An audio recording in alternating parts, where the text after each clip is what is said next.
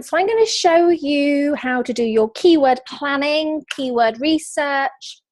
There's so much more to it probably that I'm going to show you, but I don't want to overwhelm you, okay? So I want to show you the basics of how you can get an idea of what you should be targeting on your SEO efforts at, okay? So in the search bar, I tend to do Google keyword tool, okay? And it's adwords.google.com/keyword planner. So you can bookmark here, you can type it in, however you want to get there. So sign into AdWords. Now, if you haven't got an AdWords account, it'll probably guide you through setting one up. See if I can remember my password. It'll be the last one. Oh, here we go, look. Are we in? I think we're going. Okay, we are going in. No, we don't. Do we want splash? I don't know. Okay, so you get this keyword planner. I'm not really interested in the Google AdWords. So keyword planner is associated with the AdWords account, which allows you to do adverts on Google. I'm not going to be talking about that today. We're using the Google AdWords keyword planner to help us find keywords which are worth putting effort in to rank for, okay? So I'm going to click here, search for new keywords using a phrase, website, or category. So I'm going to type in, so I'm looking for keywords around planners and productivity and things like that. So if I do that, so I'm just going to put like a seed keyword in. So perhaps it's baby gifts, perhaps it's handmade candles, perhaps it's paper craft, whatever it is that you're wanting to rank for, and then just click ideas, okay? And then you sort of like dig down.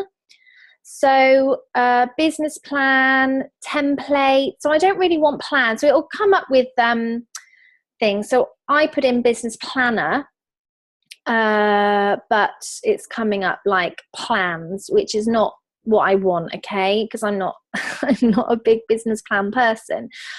So I might want to look at a business diary.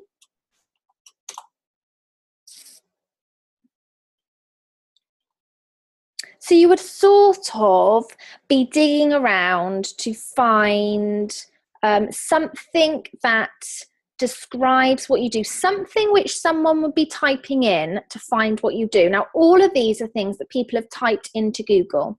So would anything describe what it is you do? So just trying to think. So diaries and organisers, diaries and planners, perhaps. Business organizer diary. I'm just trying to think about what it is I do. So it's like a business goal planner. Have a look. So you would just keep going until you sort of get an idea for what you're doing. Goal setting examples. So you can see all of these, okay? So it might be, because mine's more of a goal planner, that I might want to do some blog posts around goal setting, for instance. Maybe I would do some around business planning, and maybe I would do some around goal setting, and then I would link to my planner, for instance. So what you're looking for when you're looking here is something that links into what you're doing, so that you could see that someone wanting what you offer would be searching for this term. Now, what you also want is something that is quite like long tail, which shows that someone is closer to that buying decision. If you, for instance, if we sold widgets, so we sold pink sparkly widgets. If someone's searching for widgets, they haven't really decided what color they want, so they haven't really gone far down the buying cycle. Or let's say shoes, yeah? So you sell black patent high heel boots.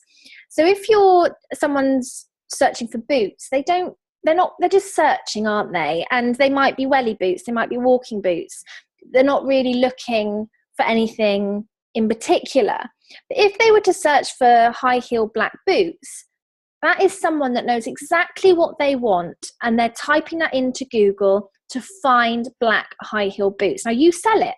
So you want to be ranking on first page for anybody searching for black high heel boots, yeah? Because that is what they're looking for. Now, even better than that is if it's a brand name. Now, I'm not into shoes, so I'm getting myself into a pickle. But if it's Jimmy Choo's or whatever it is, and that's what you've got in stock, then use the brand name, because someone will be searching for that particular model, that particular brand of shoe, and it's easier. The great news is not only are they closer to wanting to buy your Jimmy Choo's black high heel boots, I don't even think he sells those, whatever. Not only are they closer to buying that, but also it's easier for you to rank because there's less competition, because lots of people will be wanting to rank for the broad ones like boots and things like that, or even black boots.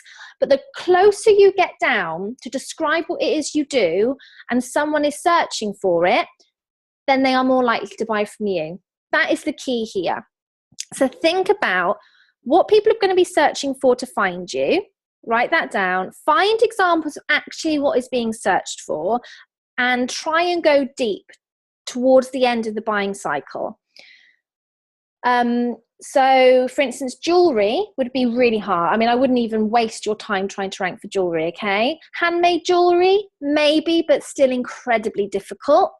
Handmade turquoise beaded bracelets, you probably wouldn't have too much of a trouble ranking for that, for instance. So think about that product you are selling, not the concept necessarily. That is how you're going to sort of get there. And if you're a local business, then it's even better, because local SEO is far easier. So if it's baby gifts, ranking for baby gifts is really hard.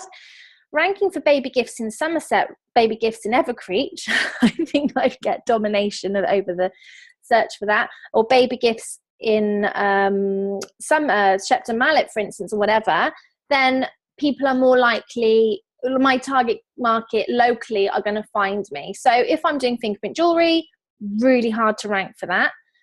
If you imagine that each keyword only has 10 available spaces for the front page, and you want to be on the front page.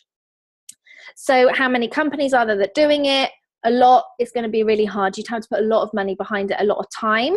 So think about getting closer to the buying cycle that is in your niche. So if you did fingerprint jewelry for twins, okay, there's less competition for that, I would imagine. Fingerprint jewelry in Somerset, fingerprint jewelry in near Wales.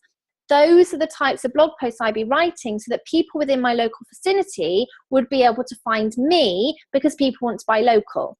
And it's much easier to rank for those local keywords. So if you're just starting out, I would recommend that you start with your local keywords, okay?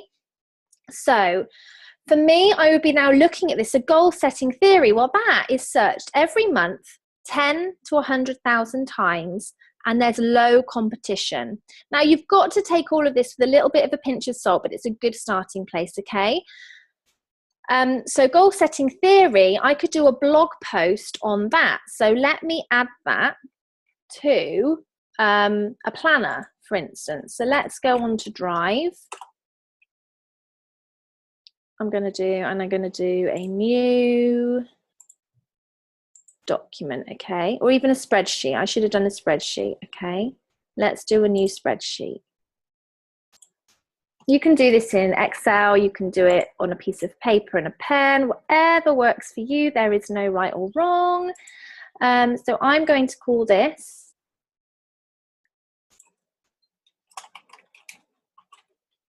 Planner SEO, okay?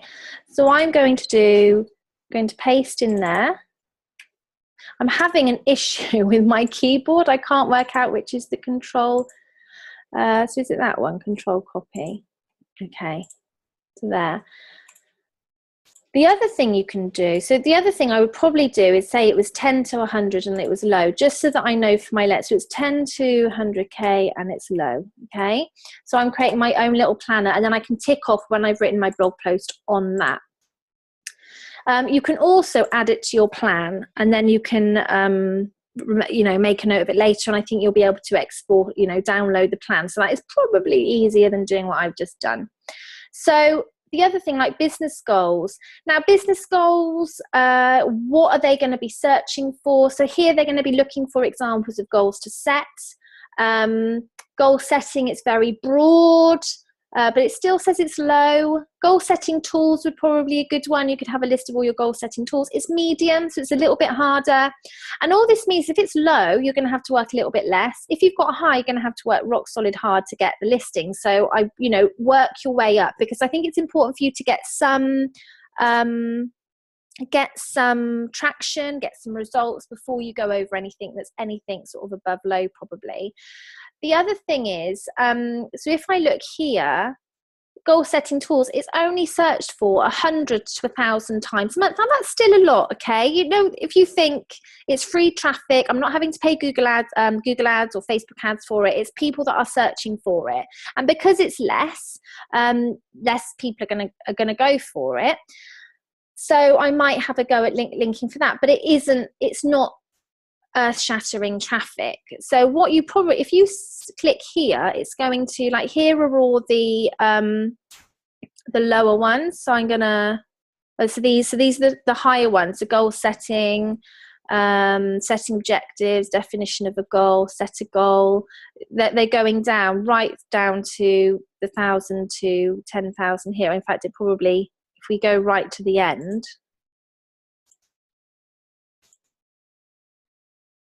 it's going to get less, like 100 to 1,000. There's probably some that's going to be even lower than that. So this is how you would then work up. So I would probably pick 10 keywords on that parameter. So it is something someone would actually type in the search engine to link to what you do. So someone that is trying to buy what you do, okay? So this is the first ones, making sure they're sort of low to medium. Try and go for the low, that there's a relatively good search volume, and try and make them like local and really specific to start with. So that would be the first one. And then you can start to think, once you sort of exhausted all of those, you can sort of think about outside the box. So for me, planners, someone might be looking, they're obviously running a business, they might be looking for business cards, for instance, which I know is quite a big one. So I could start to do blog posts around business cards and doing business cards and things like that, because it's people, anyone that wants a business card is probably going to be interested in a planner. So you can start to put your net out. Now, for each keyword is where you would write yourself a blog post or an article or something like that, and then you would need to do all of your SEO on it, so the on-page optimization for that key phrase. So for me, business goal planner, I'd write an article on it, I would have it as my focus keyword in Yoast, I would optimize it, and then I would try and get my links, okay? So this is how you do your keyword research to start with.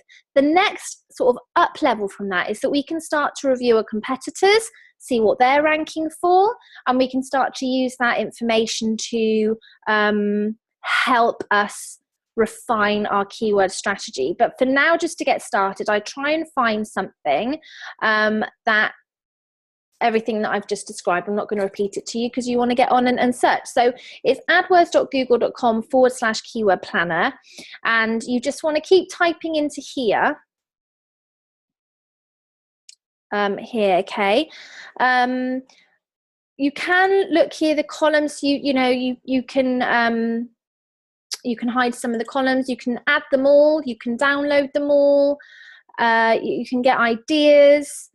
I'm just trying to think. You also want to make sure that you are logged in to England, so all locations. It might be that I just want UK. I don't, for me, my planner could be worldwide, but if you're just searching in the UK, then you get an idea of people within the UK searching for those terms, which is obviously going to be a lot less. Just trying to, so for now, for just your keyword research, that's sort of the basic level that you can do to find your keywords.